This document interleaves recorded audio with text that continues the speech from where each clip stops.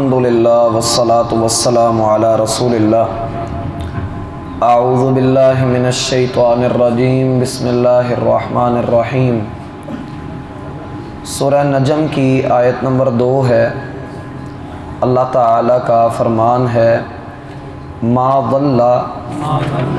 نہیں بہکا صاحبکم تمہارا ساتھی، وما غوا اور نہ وہ بھٹکا۔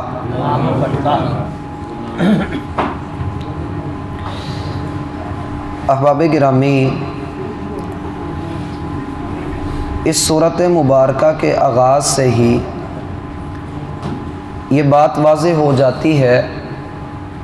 کہ رسول مکرم صلی اللہ علیہ وآلہ وسلم کی شان اقدس میں مشرکین مکہ کے جو اعتراضات اور اشکالات تھے، اللہ تعالیٰ ان کو رفع کرتا ہے، اور اللہ تعالیٰ اپنے رسول کی پاکیزگی، ان کی طہارت اور ان کی تقدیس اور ان کی بلند مرتبہ عظمت کو بیان کرتا ہے۔ جیسا کہ اللہ سبحانہ و تعالیٰ نے فرمایا کہ وَالنَّجْمِ إِذَا هَوَا، قسم ہے ستارے کی جب وہ گرتا ہے، جب وہ غروب ہوتا ہے، جب وہ ڈوبتا ہے۔ تو ہم نے اس کے کئی ایک معنی آپ کے سامنے رکھے، جس میں اس بات کا اظہار کیا گیا کہ در حقیقت کائنات کا سارا نظام اللہ کے حکم سے چلتا ہے، تو اللہ کے پیغمبر بھی اس کے حکم سے ہی آتے ہیں، اور لوگوں تک اللہ کے دین کا پیغام اسی کے حکم سے پہنچاتے ہیں۔ جس طرح آسمان سے سورج، چاند اور ستاروں کے ذریعے انسان کو راستہ دکھایا جاتا ہے، اسی طرح اللہ کے کلام کو پیغمبروں کی زبان سے کہلوا کر انسانی زندگی کے اندر اصلاح کے راستے واضح کیے جاتے ہیں۔ یہی وجہ ہے کہ اللہ تعالیٰ جن انبیاء کو مقرر کرتا ہے، جنہیں نبوت سے سرفراز کرتا ہے، اللہ تعالیٰ ان کی کامل حفاظت کرتا ہے، تاکہ ان کا دین، ان کی شریعت، ان کا منہج، ان کی ملت کسی طور بھی کسی قسم کے خطرے کا شکار نہ ہو۔ ہم دیکھتے ہیں کہ ہر دور کے اندر اللہ تعالیٰ نے اپنے نبیوں کی حفاظت فرمائی، اور جب آخری پیغمبر کا ظہور ہوا تو تاریخ میں ہم پڑھتے ہیں کہ رسول مکرم صلی اللہ علیہ وآلہ وسلم کی پیدائش سے قبل آسمان پر ستارے بکثرت ٹوٹنے لگ گئے، اور جنات کا ایک بہت بڑا گروہ جو آپس میں بیٹھے اور انہوں نے کہا کہ آسمان پر ہمیں جانے سے روک دیا گیا ہے، یا تو زمین والوں کے لیے کوئی بہت بڑا فیصلہ کر دیا گیا ہے، یا کوئی بہت بڑی آفت آنے والی ہے کہ آسمان سے ہم کوئی خبر لا نہیں پا رہے۔ تو انہوں نے بہت کوشش کی کہ کسی طریقے اس خبر کا پتہ لگا لیں کہ آیا کون سا ایسا معاملہ ہونے والا ہے جس کی وجہ سے ہمیں آسمان پر نہیں جانے دیا جا رہا۔ تو جنات کے گروہ بن گئے، کچھ گروہ مشرق کی طرف نکل گئے اور کچھ مغرب کی طرف نکل گئے، کچھ حجاز کی زمین کی طرف آئے کہ ہم زمین کے درمیان والے حصے کا جائزہ لیں، اور جب وہ اس جگہ پر پہنچے تو وہاں اللہ کے حکم سے رسول اللہ صلی اللہ علیہ وآلہ وسلم طائف سے واپس آتے ہوئے قرآن کی تلاوت کر رہے تھے، اور یہ وہ موقع تھا کہ جب آپ بڑے دل شکستہ تھے۔ طائف والوں کا رویہ انتہائی ظلم والا تھا، تو رسول اللہ صلی اللہ علیہ وآلہ وسلم نے قرآن کی آیات تلاوت کی اور نماز ادا کی، تو جنات نے نبی علیہ السلام کی زبان سے قرآن سنا۔ اللہ تعالیٰ نے 26ویں سپارے میں، جیسا کہ ہم پہلے پڑھ آئے ہیں، اور 29ویں سپارے میں اس واقعے کا ذکر کیا ہے۔ وَإِذْ صَرَفْنَا إِلَيْكَ نَفَرًا مِّنَ الْجِنِّ يَسْتَمِعُونَ الْقُرْآنَ، جنات کا ایک گروہ آپ کی طرف متوجہ ہو کر قرآن کو سن رہا تھا، ہم نے اس گروہ کو آپ کی طرف خود بھیجا، اور جب انہوں نے قرآن سن لیا تو اپنی قوم کے پاس جا کر کہنے لگے انا سمعنا قرآنا عجبا، ہم نے ایک بڑا شاندار کلام سنا ہے، یہدی الی الرشد فآمنا بہ، وہ رشد اور عقل کی طرف رہنمائی دیتا ہے، وہ اللہ تعالیٰ کی اصل جو اس کی عظمت ہے، جو اللہ پر ایمان لانے کی بات ہے، وہ اس کی طرف لے کر جاتا ہے۔ وَأَنَّهُ تَعَالَى جَدُّ رَبِّنَا مَا اتَّخَذَ صَاحِبَةً وَلَا وَلَدًا، ہم جو پہلے عیسائیوں کی طرح اللہ کی اولاد مانتے تھے، اب ہم یہ کہتے ہیں کہ اللہ کی ذات بہت بلند ہے اور اس کی کوئی اولاد نہیں ہے۔ تو جنات نے یہ بھی کہا عجیب داعی اللہ، کہ اے ہماری قوم کے لوگوں،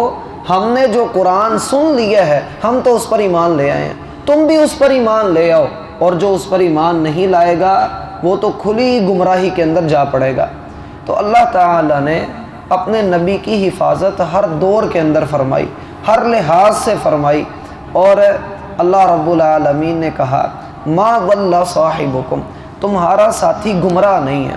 ضل کا جو لفظ ہے نا، جو ضلال کا لفظ ہے، یہ قرآن کریم کے اندر بہت سارے معنوں میں استعمال ہوا ہے۔ ضلال کا لغوی معنی یہ ہوتا ہے گمراہی کا، ضلال کا جو لفظ ہے اس کا لغوی معنی ہوتا ہے کہ کسی شخص کا سیدھی راہ سے ہٹ جانا، اب وہ ہٹنا چاہے تھوڑا سا ہو چاہے بہت زیادہ ہو، ہٹنا چاہے تھوڑا سا ہو چاہے بہت زیادہ ہو، وہ ضلال کے اندر ہی شامل ہے۔ جیسے انسان کسی چیز کے اوپر اپنا تیر مارے، گولی مارے، اور گولی جو ہے وہ بال برابر ادھر ادھر ہو جائے تو وہ نشانے پہ نہیں لگے گی۔ اسی طرح انسان صراط مستقیم پر تبھی رہ سکتا ہے جب وہ بالکل الرٹ رہے، جاگتا رہے، کسی صورت بھی غفلت کا شکار نہ ہو۔ اور اللہ کے انبیاء کی یہ شان ہوتی ہے، یہ ان کی فکر ہوتی ہے کہ وہ اللہ کے معاملے میں کوئی کوتاہی نہیں کرتے، وہ اللہ کے معاملے میں کسی قسم کی کوئی سستی نہیں کرتے۔ جیسے سیدنا ابو بکر صدیق رضی اللہ عنہ نے نبی علیہ السلام سے کہا اے اللہ کے رسول، آپ بوڑھے ہو گئے ہیں، آپ کے چہرے پر بڑھاپے کے آثار نظر آتے ہیں، تو کیا وجہ ہے کہ آپ بوڑھے ہو گئے ہیں؟ تو نبی مکرم صلی اللہ علیہ وآلہ وسلم نے کہا شیبتنی ہود و اخواتھا، مجھے سورہ ہود اور اس کی بہنوں نے بوڑھا کر دیا ہے، مجھے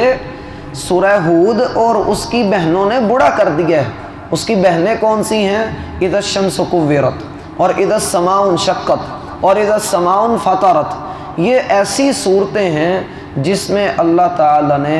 بڑے باروب انداز میں اور دل دہلا دینے والے انداز میں اللہ نے قیامت کی آمد کا ذکر کیا ہے۔ اور سورہ ہود، اس میں تو اللہ رب العالمین نے پچھلی اقوام کی تاریخ اتنی تفصیل کے ساتھ بیان کی ہے اور قوموں کی تباہی کا ایسے ذکر کیا ہے کہ انسان اپنے سامنے وہ تصویر چلتی دیکھتا ہے کہ کیسے کیسے اللہ کے نبی سمجھاتے رہے اور قوم ان کو جھٹلاتی رہی اور کیسے اللہ کا عذاب اترا۔ اور اسی صورت میں سورہ ہود میں ہی اللہ تعالیٰ نے کہا فَاسْتَقِمْ كَمَا أُمِرْتَ، اے محمد صلی اللہ علیہ وآلہ وسلم ڈٹ کر کھڑے رہیے جس چیز کا آپ کو حکم دیا گیا ہے۔ یہ ایسے پرزور حکم ہے اور ایسا اللہ رب العالمین کا انداز ہے کہ اللہ کے نبی جیسا اور محمد رسول اللہ صلی اللہ علیہ وآلہ وسلم جیسا انسان، وہ اللہ سے سب سے بڑھ کر ڈرنے والے،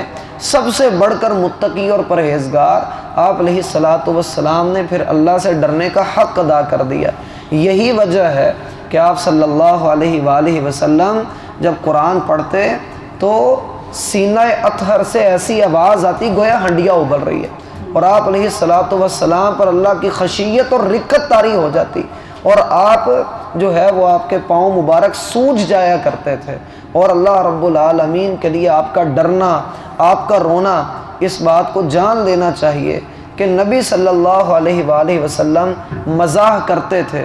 ہنستے بھی تھے، اور آپ کے چہرے پر مسکراہٹ بھی رہتی تھی۔ جیسے سیدنا عمر بن عاص نے کہا اللہ کی قسم میں نے حضور کو جب بھی دیکھا مسکراتے ہی دیکھا، اور جابر بن عبداللہ کہتے ہیں کہ حضور نے جب بھی میری طرف دیکھا خوش چہرے کے ساتھ دیکھا۔ اس کے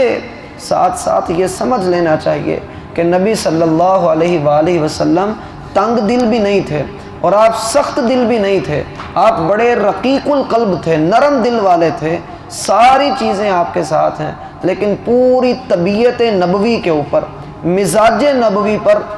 ایک مزاج غالب تھا اور وہ تھا فکر آخرت۔ نبی علیہ السلام کے مزاج پر فکر آخرت کا بہت زیادہ غلبہ تھا۔ ہم دیکھتے ہیں کہ سیدہ عائشہ رضی اللہ عنہا نے کہا کہ نبی صلی اللہ علیہ وآلہ وسلم ہمارے درمیان بیٹھے ہوتے اور ہم سے باتیں کرتے اور ہمارا حال احوال پوچھتے، اور ادھر اذان کی آواز آتی، آپ کے چہرہ مبارک کا رنگ متغیر ہو جاتا اور آپ ایسے ہو جاتے گویا ہمیں جانتے پہچانتے ہی نہیں۔ یہ اللہ کے رسول صلی اللہ علیہ وآلہ وسلم کا مزاج اور اللہ تعالیٰ کے لیے آپ کی فکر اور للہیت اور نبی علیہ السلام کی خشیت اور آپ کی رقت، اس کے اندر ہمارے لیے بہت بڑا سبق ہے کہ ہم کس غفلت کے اندر جا رہے ہیں، اور رب ذوالجلال اپنے نبی کی، اپنے حبیب کی پکی بیان کرتا ہے کہ ما ضل صاحبکم، وہ کسی طور بھی گمراہ نہیں ہے، وہ کسی طور بھی سیدھے رستے سے ہٹا ہوا نہیں ہے، بال برابر بھی سائیڈ پر نہیں ہے۔ ضلال کا میں نے معنی عرض کیا کہ یہ اپنی انتہا پر بھی ہوتا ہے اور اپنی ابتدا پر بھی ہوتا ہے، کہ اگر انسان بال برابر بھی راہ راست سے ہٹا ہوا ہو تو وہ ضلالت کے اندر تصور کیا جائے گا۔ اس لحاظ سے ہم سب کے سب گمراہ ہیں، اس لحاظ سے ہم سب کے سب گمراہ ہیں، لیکن اگر ہم اپنے مقابلے میں کافروں کو رکھ کر دیکھیں تو کافروں کے مقابلے میں ہم ہدایت یافتہ ہیں اور کافر بڑے گمراہ ہیں۔ کافر اصل گمراہی کے اندر وہ ہیں، اور ہماری گمراہی بھی دو طرح کی ہوتی ہے، ضلالت دو طرح کی ہوتی ہے۔ ایک یہ ضلالت ہوتی ہے کہ انسان اللہ کے وجود کا انکار کر دے، اللہ کی وحدانیت کا، اس کی توحید کا، اس کی شریعت کا انکار کر دے، تو یہ تو سیدھا سیدھا کفر ہے۔ اور ایک گمراہی یہ ہوتی ہے کہ انسان اللہ کو تو مانتا ہو، شریعت کو بھی مانتا ہو، کلمہ محمدی بھی پڑھتا ہو، لیکن کہیں کہیں بیچارہ جو ہے وہ ٹھوکر کھا جائے، کہیں کہیں وہ بگڑ جائے، کہیں اکڑ جائے، کہیں جو ہے وہ سستی کر جائے۔ تو ان چیزوں کو گمراہی کے ساتھ اللہ تعالیٰ نے تعبیر کیا، اس لیے تعبیر کیا، اس لیے اس کو گمراہی کہا کہ اللہ تعالیٰ کی جو شان ہے، جو اللہ تعالیٰ کا مقام و مرتبہ ہے، اس کو اگر ہر وقت انسان اپنے سامنے رکھے پھر وہ گمراہ نہیں ہو سکتا، پھر وہ سیدھی راہ سے بھٹک نہیں سکتا۔ لیکن یہ چیز انبیاء کو نصیب ہوتی ہے، اور ہمارے ساتھ گناہ جوڑ دیے گئے ہیں۔ ہم سب کے سب خطا کار ہیں، اور ہم میں بہترین خطا کار وہ ہیں جن کے دل دھڑکتے ہیں، جن کے دل زندہ ہیں، اور جو اللہ کے حضور آ کر گڑ گڑا کر توبہ کر لیتے ہیں اور سمجھ لیتے ہیں کہ ہم نے خطا کی۔ جیسے اللہ نے کہا اذا فعلوا فاحشۃ او ظلموا انفسهم ذکروا اللہ فاستغفروا لذنوبہم، جب وہ کوئی خطا کر بیٹھتے ہیں، کوئی غلطی ان سے ہو جاتی ہے، کوئی بڑا گناہ ان سے ہو جاتا ہے، پھر اچانک جب ان کو اللہ کی یاد آتی ہے تو لپکتے ہیں اللہ کی طرف توبہ کرنے کے لیے، بھاگ پڑتے ہیں کہ اللہ تو ہمیں بخش دے۔ وَلَمْ يُصِرُّوا عَلَى مَا فَعَلُوا، اور اپنے گناہوں پہ بزد نہیں رہتے، اپنے گناہوں پہ ڈٹے اور اصرار کر کے نہیں رہتے، بلکہ توبہ کا دروازہ وہ اپنے لیے کھلا رکھتے ہیں۔ تو یہ جو کہا کہ ما ضل، وہ گمراہ نہیں ہے، تو اس کا معنی کیا ہے کہ حضور صلی اللہ علیہ وآلہ وسلم کے ساتھ کسی قسم کی گمراہی کو اللہ تعالیٰ نے رہنے نہیں دیا، آپ کو بال برابر بھی اللہ نے سیدھے رستے سے ہٹنے نہیں دیا، اور اللہ نے تو قسم اٹھا کر کہا والقرآن الحکیم انک لمن المرسلین علی صراط مستقیم، قسم ہے حکمت والے قرآن کی، آپ اللہ کے بھیجے ہوئے پیغمبر بھی ہیں اور سیدھی راہ پر بھی ہیں،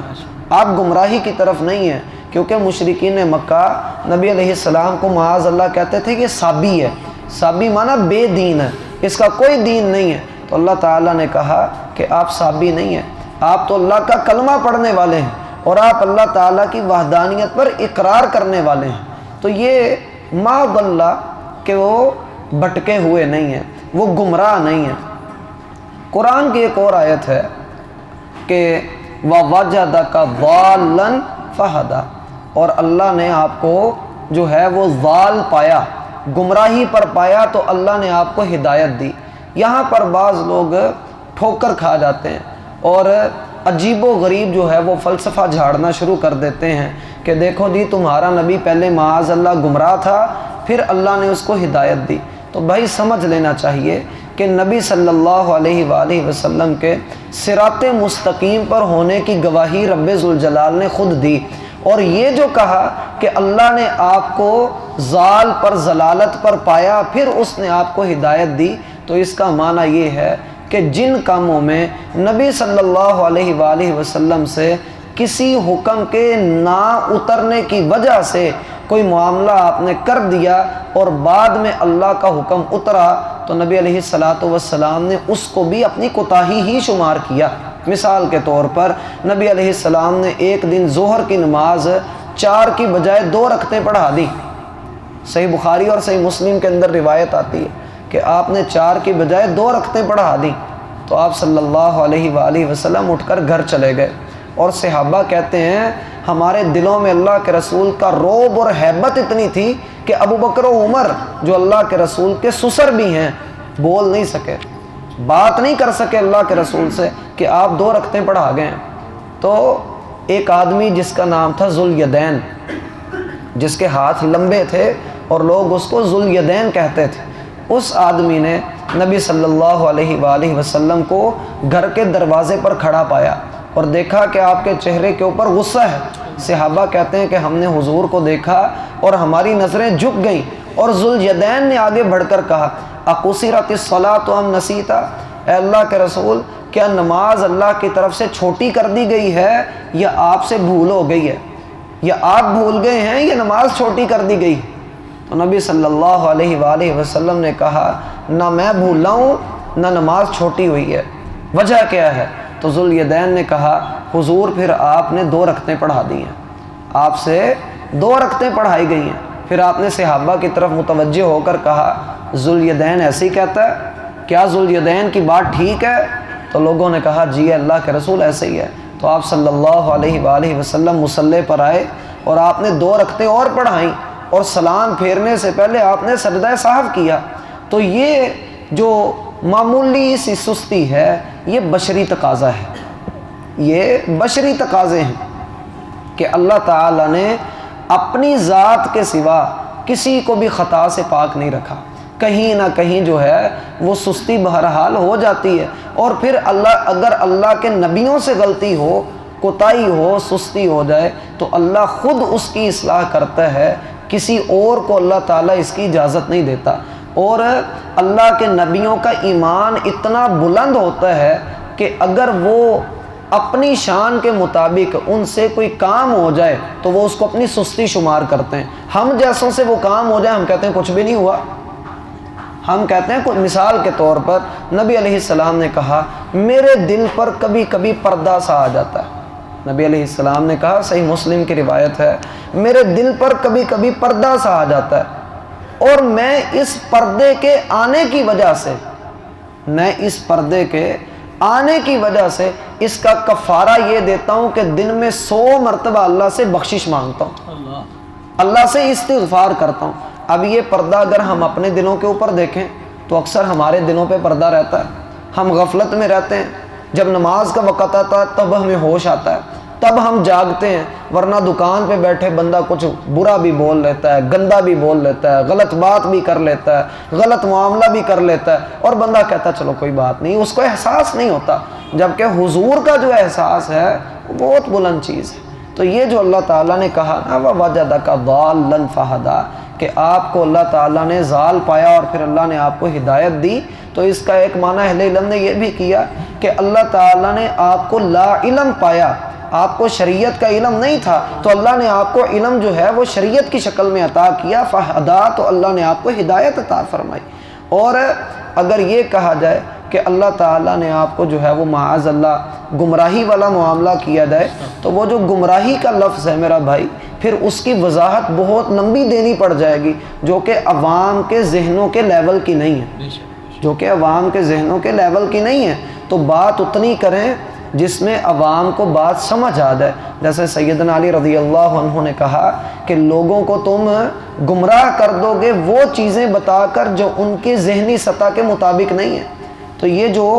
بات میں نے آپ کو شروع میں ہی کہی کہ ضال کا جو لفظ ہے اس کا اطلاق اس گمراہی پر بھی ہوتا ہے جو بال برابر ہو، اور اس گمراہی پر بھی ہوتا ہے جو حد درجے کی انتہا پر ہو۔ ہیں دونوں ہی گمراہیاں، لیکن دونوں کے وبال میں فرق ہے، دونوں کے وبال میں فرق ہے۔ جو بال برابر ہے اللہ تعالیٰ اپنی رحمت سے معاف کر دے گا، اللہ تعالیٰ اپنی رحمت سے بندے کی کوتاہیوں کے اوپر پردہ ڈال دے گا، رحمت کا قلم پھیر دے گا۔ اور جو بہت بڑی گمراہیاں ہیں، جیسے اللہ نے کہا کہ ان الذین کفروا وصدوا عن سبیل اللہ، وہ لوگ جنہوں نے کفر کیا اور اللہ کے رستے سے روکا، فقد ضلوا ضلالا بعیدا، تو وہ تو بہت بڑی گمراہی کے اندر جا پڑے۔ ایک اور مقام پہ کہا جس نے اللہ کے ساتھ شرک کیا فقد ضل ضلالا بعیدا، تو وہ بہت دور کی گمراہی میں جا پڑا۔ تو قرآن خود متعین کرتا ہے کہ دور کی گمراہی اور پرلے درجے کا انسان کا نکمہ ہونا یہ الگ چیز ہے، اور حضور کا یہ کہ ما ضل، نہ تو وہ بھٹکے ہوئے ہیں نہ وہ گمراہ ہیں۔ کیوں؟ اس لیے کہ اللہ تعالیٰ ان کی حفاظت کرنے والا ہے۔ جیسے آسمان کی حفاظت ستاروں کے ساتھ ہوتی ہے، اسی طرح زمین کی حفاظت حضور اور حضور کے کلام کے ساتھ ہوتی ہے۔ اللہ ہم پر اپنی رحمت کرے اور سمجھنے کی توفیق دے۔ اس کی بقیہ تفصیل انشاءاللہ اگلی ملاقات میں دیکھیں گے۔ سبحانک اللہم و بحمدک، اشہد ان لا الہ الا انت، استغفرک و اتوب الیک۔